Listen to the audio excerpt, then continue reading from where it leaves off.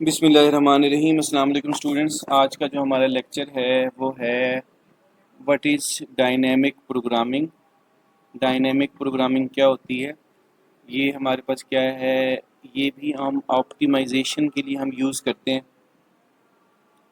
और हमारे पास जो है ना, जिस तरह हमने ग्रीडी मेथड आपके पास यूज़ किया है, ग्रीडी जो अप्रोच है प्रीवियस लेक्चर में, जो हमारे पास ग्रीडी एल्गोरिथम है, सेम हमारे पास जो है ये हमारे पास डायनेमिक प्रोग्रामिंग है। ये भी एक एल्गोरिदम है। Dynamic programming is in efficient problem solving technique. इसमें ये एक एफिशिएंट प्रॉब्लम सॉल्विंग टेक्निक है। इसके अपने सिनेरियोज़ हैं, इसकी अपनी नेचर है कि कैसे इस एल्गोरिदम के थ्रू हम प्रॉब्लम्स को सॉल्व करते हैं।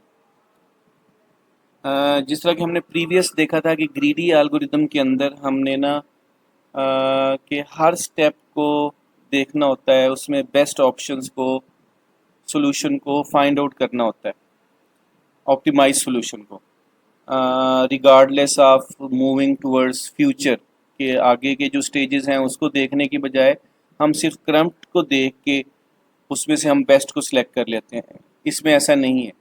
इसमें हमारे पास क्या है, once we go all through the algorithms, तमाम एल्गोरिथम, इसको तमाम स्टेप्स में हम जाएंगे और फिर हम डिसाइड करेंगे which is the best way to solve the problem. इसमें ये है कि वंस मतलब कि हम एक सारे सॉल्यूशंस को देखेंगे, ठीक है, उसमें से जो बेस्ट होगा उसको सिलेक्ट करेंगे। यानी हर स्टेजेस को पहले एक दफ़ा गो थ्रू करेंगे। ये हमारे पास क्या है, डायनामिक प्रोग्रामिंग है, डीपी है। ग्रीडी में हर स्टेज को देखते थे हम, instead of looking forward for future stages, कि फ्यूचर स्टेजेस को नहीं देखते थे, करंट स्टेज को देख के हम बेस्ट सॉल्यूशन वहीं पे चेक कर लेते थे। आगे की स्टेजेस में बाद में हमें पता लगता था कि वो वर्स्ट भी हो सकती है, वो गुड भी हो सकती है। तो इसमें हमारे पास क्या है, breaks a problem into smaller sub problems. इसमें हम प्रॉब्लम्स को स्मॉलर सब प्रॉब्लम्स में ब्रेक करते हैं। सॉल्व ईच सब प्रॉब्लम वंस, के हम एक ही दफ़ा में सारे सब प्रॉब्लम्स को सॉल्व करते हैं, ठीक है। स्टोर मेमोराइजेज, मेमोराइजेज का मतलब होता है कि हम प्रीवियस रिजल्ट्स को स्टोर कर लेते हैं, कि इंस्टेड ऑफ बार बार हम कैलकुलेशन करें, so that to avoid redundant work, कि हमें एक ही काम बार बार करना पड़े। इसमें टेक्निक ये यूज़ होती है डीपी के अंदर कि प्रीवियस रिज़ल्ट को स्टोर कर लिया जाता है और ताकि हम ना कैलकुलेशन हमें बार बार ना करनी पड़े। की आइडिया क्या है, DP is ideal for problems where overlapping sub problems, जहाँ ओवरलैपिंग हो रही होती है, सेम तरह के प्रॉब्लम्स आ रहे होते हैं, बस उसको मेमोराइज किया जाता है, उसको स्टोर कर लिया जाता है प्रीवियस रिजल्ट को, और उसको एक ही दफ़ा कैलकुलेट किया जाता है, बार बार कैलकुलेट नहीं किया जाता। एंड ऑप्टिमल सबस्ट्रक्चर, और जो ऑप्टिमल सबस्ट्रक्चर जहाँ पे हमने बनाने हो तो वहाँ पे हम डीपी को यूज़ करते हैं। तो अब इसमें हमारे पास क्या है, इसमें हम गो थ्रू करेंगे सारी आइट्रेशन को, सारे स्टेप्स को, फिर हम जो है ना बेस्ट वे फाइंड करते हैं कि हमारे प्रॉब्लम के लिए जो बेस्ट वे कौन सा है। अच्छा, इसमें अब हमारे पास एक एग्जांपल दी हुई है, फिबोनाची सीरीज़ की एग्जांपल है हमारे पास। जो फिबोनाची सीरीज़ क्या होती है, is a sequence of numbers. ये हमारे पास क्या है, सीक्वेंस ऑफ नंबर्स होते हैं, where sequence of numbers where each number is the sum of the two numbers before it, जहाँ पे हर नंबर उससे पहले जो दो नंबर होते हैं ना उनका सम होता है। इट स्टार्ट्स लाइक दिस, जैसे आपके पास ज़ीरो है और वन है, ज़ीरो और वन का जो रिज़ल्ट होगा वो वन होगा। अच्छा, अब फिर हम आगे मूव करते हैं, वन और वन का जो रिज़ल्ट होगा वो टू होगा। फिर हम आगे मूव करते हैं, प्रीवियस और जो न्यू है आपका रिज़ल्ट आया था, इसका जो रिज़ल्ट होगा थ्री होगा। अब हमारे पास टू थ्री का रिज़ल्ट क्या होगा, फाइव। इसी तरह हमारे पास क्या है, थ्री फाइव का जो रिज़ल्ट होगा वो एट होगा, और फाइव एट का थर्टीन होगा, एट एटीन और थर्टीन का 21 होगा, सो वन। अच्छा, इसका ये फार्मूला है, एफ इंटू एन है, F N minus one plus F N minus two. तो ये एक फार्मूला है जो हम यूज़ करते हैं। अच्छा, जिसमें एफ और ज़ीरो आपके पास जो टर्म्स के ऊपर ज़ीरो है, एफ ज़ीरो के ऊपर, और एफ वन के ऊपर हमारे पास वन है। अच्छा जी, यहाँ पे to compute the 10th Fibonacci numbers without DP with DP it recalculates the same values multiple times. अगर विदाउट डीपी हम यूज़ करेंगे डायनामिक प्रोग्रामिंग, आप उसमें से सेम वैल्यू को बार बार कैलकुलेट किया जाएगा। With DP it stores already computed value, वही जो कंसेप्ट है, ये जो स्टोर्ड वैल्यू है उसको स्टोर कर लेती है। जो डीपी है डायनामिक प्रोग्रामिंग, हमें बार बार कैलकुलेट करने की ज़रूरत नहीं होती, इससे हमारा बहुत ज़्यादा टाइम सेव होता है। और अब हमारे पास क्या है, this reduces time complexity from exponential to linear. और आपके पास ये हमारे पास टाइम कम्प्लेक्सिटी को क्या करता है, रिड्यूस करता है। जो हमारे पास प्रॉब्लम कम्प्लेक्सिटी के जो इश्यूज हैं, जो आपके पास एल्गोरिथम्स एनालिसिस हमने किया था, टाइम एंड स्पेस कम्प्लेक्सिटी, तो ये रिजॉल्व करती है डीपी। क्यों? क्योंकि ये रिकैलकुलेट नहीं करती, बार बार रिकैलकुलेट नहीं करती, ये मेमोराइज कर लेती है और स्टोर कर लेती है अपने पास जो है नंबर को, रिजल्ट को।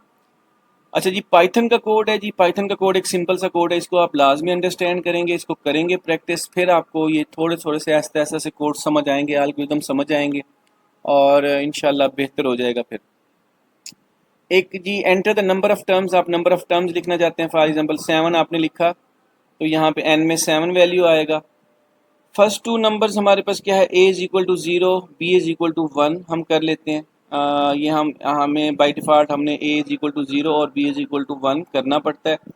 अच्छा, उसके बाद फिबोनाची सीरीज हमने प्रिंट किया, print the first term. First term हमारे पास क्या आएगा जी, फर्स्ट में हमारे पास 0 है a में, यहाँ पे देखिएगा।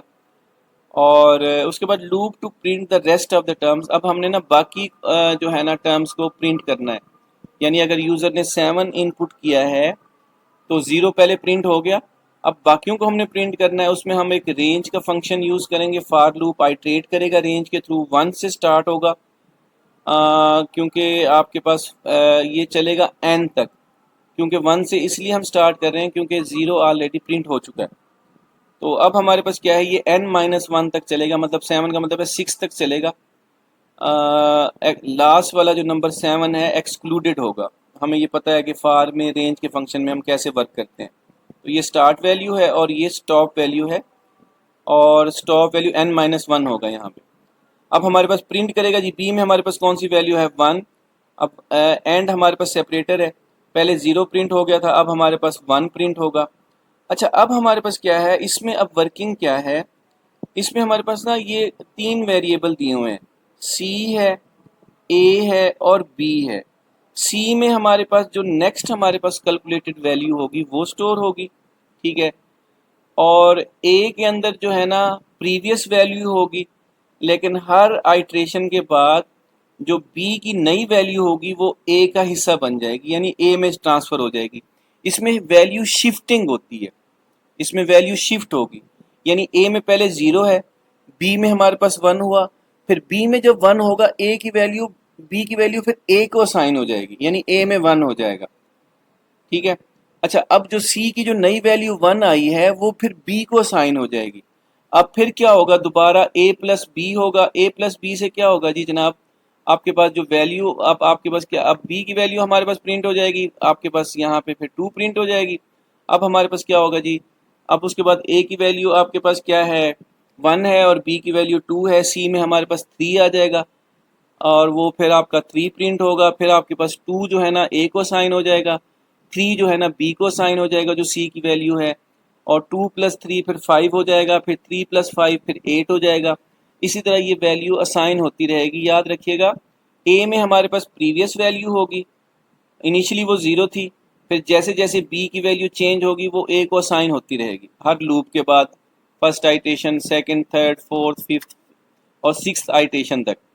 और जो सी की जो नई वैल्यू है वो इसको साइन हो जाएगी, और सी में हम नई वैल्यू को कैलकुलेट करेंगे, कैलकुलेशन के बाद वो वैल्यू एट द एंड वो बी को साइन हो जाएगी, फिर ए प्लस बी होगा, फिर इस तरह सो ऑन। यानी हर नया नंबर प्रीवियस 2 नंबर्स को ऐड करके जो है ना हम कैलकुलेट करेंगे और इसको यूज़ करेंगे। इसमें रिकर्जन होता है, रिकर्जन हम यूज़ करते हैं। और रिकर्जन ऐसे फंक्शंस होते हैं जो अपने आप को कॉल करते हैं और ये टाइम सेव करता है। इसमें टाइम कम्प्लेक्सिटी का इशू बहुत ज़्यादा रिजॉल्व हो जाता है और ये आपके पास कोड की परफॉर्मेंस बहुत ज़्यादा बेहतर होती है डीपी के अंदर, डायनेमिक प्रोग्रामिंग के अंदर। तो ये जो है ना एक अच्छी अप्रोच है, एल्गोरिदम है जो हम यूज़ कर सकते हैं। अच्छा, इसमें नीचे ये यही टेबल बनी हुई है। अब स्टार्ट में एक नंबर ए प्रिंट हो गया, अब ए में हमारे पास ज़ीरो है, बी में हमारे पास वन है, तो आपके पास क्या है, आपके पास वन आ जाएगा। उसके बाद हमारे पास क्या है, ए में हमारे पास बी की वैल्यू ट्रांसफ़र हो गई, सी की वैल्यू बी में ट्रांसफ़र हो गई और नई वैल्यू हमारे पास सी की टू जनरेट हो गई है। अच्छा, अब ए की वैल्यू हमारे पास वन है, बी की वैल्यू हमारे पास टू है, अब नई वैल्यू हमारे पास थ्री हो गई है। अब थ्री यहाँ साइन होगा टू ए को, थ्री बी को, अब वो फाइव हो जाएगी। अब आपके पास थ्री ए को साइन होगा, बी आपके पास क्या है जो है ना फाइव बी को साइन हो जाएगा, अब वैल्यू एट हो जाएगी। अब फाइव जो है ना ए को साइन हो गया, यानी आपके पास वैल्यू शिफ्ट होगी। वैल्यू शिफ्ट हो, वेरिएबल हमारे पास यही रहेंगे ए बी सी। याद रखिएगा, ए प्रीवियस नंबर को स्टोर करने के लिए, बी करंट आया नंबर को स्टोर करने के लिए और सी जो नंबर जनरेट हो रहा है ए और बी को मिला के। तो इसी के कम्बिनेशन से हमने जो है ना एक पूरी फिबोनाची जो टर्म्स हैं, सीरीज है, उसको प्रिंट करना है। अच्छा, इसका कोड मैं आपको दिखा देता हूँ। अदर रियल लाइफ मैं चलो इसको पहले आपको कोड दिखा देता हूँ। अब ये हमारे पास एक कोड है, यही प्रोग्राम है जो मैंने वर्ड पे बनाया हुआ था। इसमें हमारे पास how many terms to display, एक यूज़र डिस्प्ले करेगा। फर्स्ट टू टर्म्स हैं, ए में ज़ीरो है, बी में हमारे पास वन है। अच्छा, अब ए की वैल्यू प्रिंट होगी। अब आपके पास एक लूप है, पहले वन से चलेगा और ये सिक्स तक जाएगा, एन माइनस वन तक। अब वो चला, पहले पहले बी की वैल्यू वन प्रिंट होगी, पहले ज़ीरो के साथ वन आ गया। अच्छा, अब हमारे पास यहाँ पे ज़ीरो है और यहाँ पे वन है, तो सी की वैल्यू वन हो जाएगी।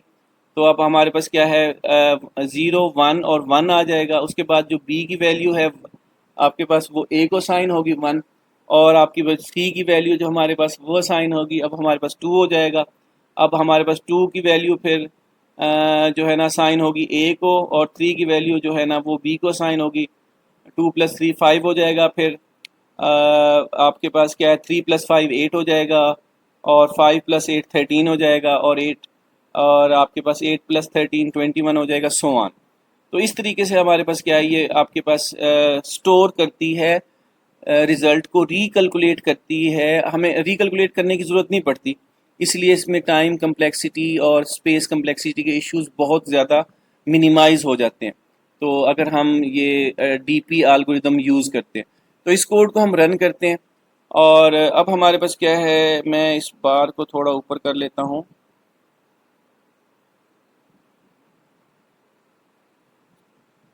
अच्छा, अब हमारे पास क्या है, ये जी कोड रन हुआ। अब मैं फाइव लिखता हूँ यहाँ पे, फाइव टर्म्स। अब इसका मतलब है कि पहले ज़ीरो है ए में, फिर बी में हमारे पास वन है, तो ज़ीरो प्लस वन आपके पास क्या हो गया, यहाँ वन हो गया।